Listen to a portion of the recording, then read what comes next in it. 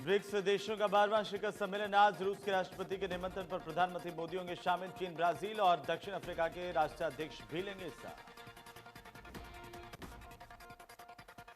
विश्व स्वास्थ्य संगठन के सबसे ज्यादा प्रदूषित 20 शहरों में से 16 शहर भारत और पाकिस्तान में है। डब्ल्यूएचओ ने इस मौसम में वायु प्रदूषण बढ़ने के पीछे इन देशों में जलाई जाने वाली पराली को प्रमुख कारण माना है।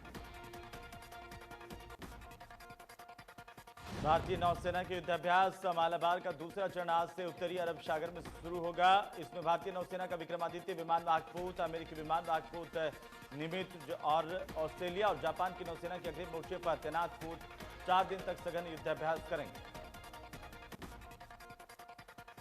दिल्ली को दहलाने की एक और साजिश नाकाम। स्पेशल सेल ने जैश के 2 आतंकियों को पकड़ा। धमाका करने की थी साजिश। हथियार भी बरामद। आतंकियों से पूछताछ में पता चला कि ये दोनों आतंकी दिल्ली एनसीआर में कई जगहों पर हमले की साजिश रच रहे थे। इनके निशाने पर कई वीआईपी भी थे।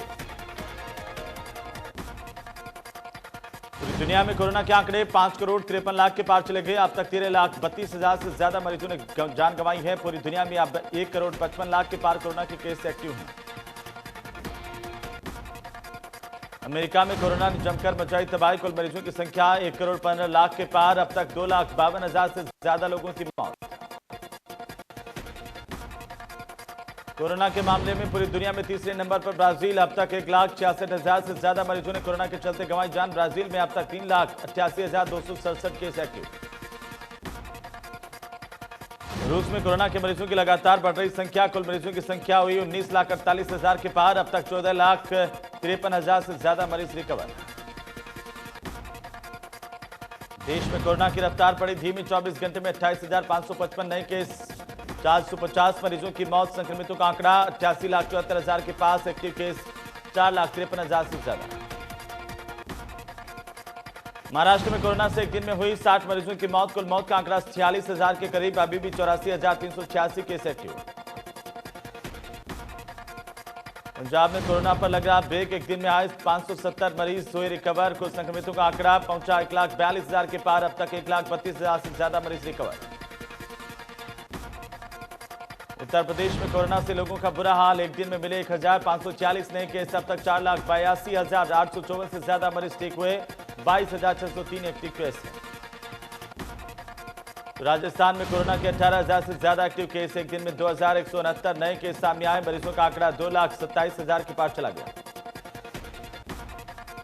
कोरोना के मामले में तीसरे नंबर पर आंध्र प्रदेश। कुल मरीजों की संख्या बढ़ती हुई 8,54,000 के पार चली गई। राज्य में अब तक 6,881 लोगों की मौत हुई है।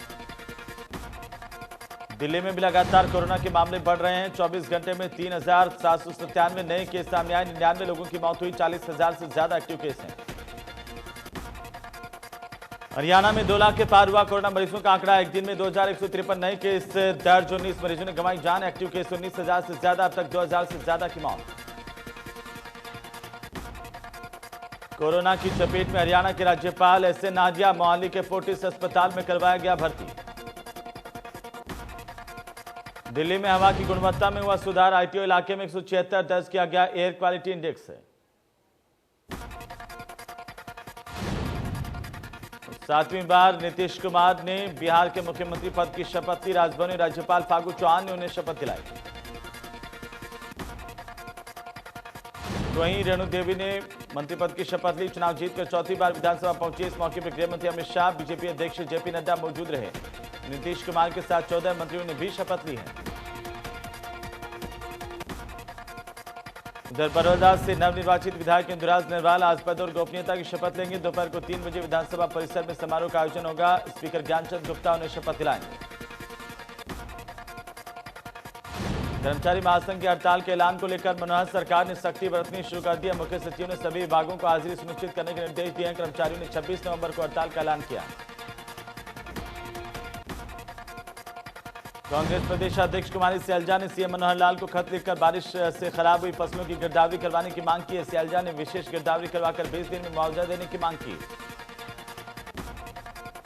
अभय चौटाला ने जेजेपी को टुकड़े टुकड़े गैंग की संज्ञा देते हुए कहा कि अब जल्दी ये गैंग बिखरने वाला है। ऐसे में इनेलो के कार्यकर्ताओं को जेजेपी के बारे में बोलने की जरूरत ही नहीं। नूह में त्योहार के वक्त अचानक बड़ी आवाजाही से बड़कली चौक पर 2 से 3 किलोमीटर लंबा जाम लग गया। इससे आने जाने वाले लोगों को भारी परेशानी का सामना करना पड़ा।